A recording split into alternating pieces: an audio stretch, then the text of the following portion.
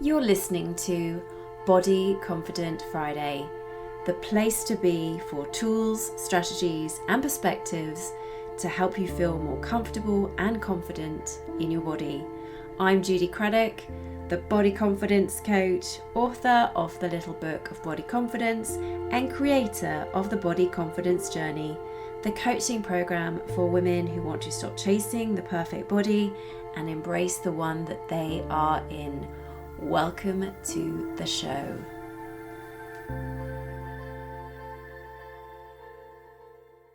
Today I want to talk about dealing with body comments at Christmas, and this is something that I know many people struggle with. Now, Christmas is culturally revered as this magical time filled with family togetherness, but Christmas isn't necessarily as magical as it's cracked up to be, especially when you are spending time around family members that you haven't seen for a while and that you can find a bit challenging. And being in your family can be triggering for a variety of different reasons. And if you struggle with your body image, spending time with them can fuel body concerns and anxiety. And this is really because one of the main influences on your body image is your family of origin. If you grew up with parents who were obsessed with their weight or appearance or obsessed with your weight, it's really not the best foundation for a healthy body image. And so going back into an environment where family are commenting on their weight or yours, or they're obsessing about what they consider to be good or bad food choices, can be really tough. So if you're faced with a difficult Christmas ahead, where you fear your body may be critiqued, or you have to listen to family members banging on about weight loss and diets, what can you do? Now, I work with many clients who are faced with body comments at Christmas or really any time of the year that they meet up with family. And honestly, there is no one solution that fits for everyone. But if you're faced with this situation, I would encourage you to first of all be self-compassionate and know that however you decide to deal with body comments at Christmas time, you're doing the best that you can. Now, what I'm going to share with you are 3 core approaches that you might consider. So the first approach is avoidance. Now, if you think that time spent with your family over Christmas will be too damaging to your body image, you may just choose to avoid any family celebrations altogether. And I know there is a lot of pressure to put differences and irritations aside at Christmas and be with your family, but that's an ideal that is rarely attainable. Family environments can be toxic, particularly if you feel that your worth and your body are under attack. And there is no shame in firstly checking in with yourself and just asking what is the best thing for you. So let me ask you this: do you feel equipped to handle the sort of body comments that you're going to get at Christmas or not? And if you don't feel strong enough, that is okay. Put your mental health first and don't enter those kinds of toxic family situations. So that's the first approach to consider, which is avoidance. The second approach you could try is to ignore the body comments.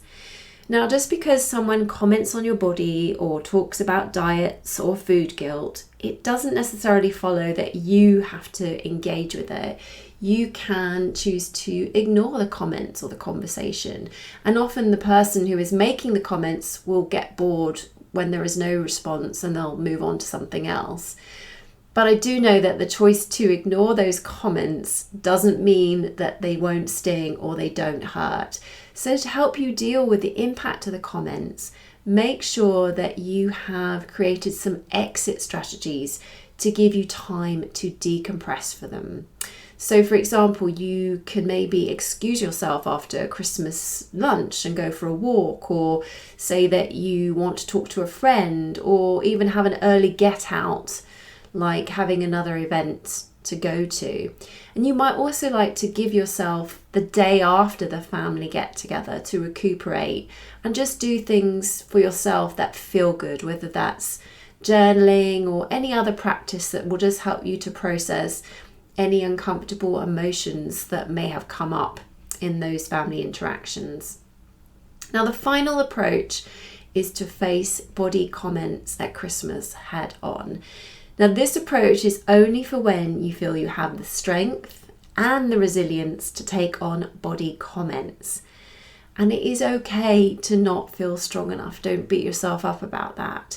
It can be hard enough to stand up to the body shamers when you don't know them, let alone when it's a family member. But maybe you have been working on your body image for a while and you feel ready to face those body comments in an assertive way. And if you do, there are two ways that you could do this, as I see it. So the first way is setting boundaries around what you will and won't tolerate from other people, and maybe challenging comments, or both. So the first approach you can use if you're going to face these comments head on is to set some boundaries. So say, for example, that a family member shares their most recent diet with you and tells you that you really need to try it. So you could set a boundary by saying, I've been working on a new way to relate to my body and I feel really pleased with the progress I'm making, and it's really not healthy for me to discuss weight loss and diet, so I'd prefer not to talk about that, but I'd love to hear about what else you've been up to. Or if someone is making a direct comment on your body like, gosh, have you gained weight? Or gosh, have you lost weight? You could say, you know what, I'm working towards a kinder relationship with my body right now, so I'd really appreciate it if you didn't comment on my weight from now on. So that's the first way that you can face things head on, by setting some boundaries. The second way is to challenge what someone is saying to you. So the challenge is not only assertive, but it does encourage the other person to consider their body biases and issues. So this approach takes some courage. And I find that the most awful comments about bodies come from family members, because for some reason they think that being related to you just gives them free rein to say what they like. It doesn't. So say that you were unfortunate enough to have your mum or maybe your auntie say to you, goodness, you've packed on the pounds since I last saw you. Aren't you concerned about your health? Gulp, that's pretty horrible, isn't it?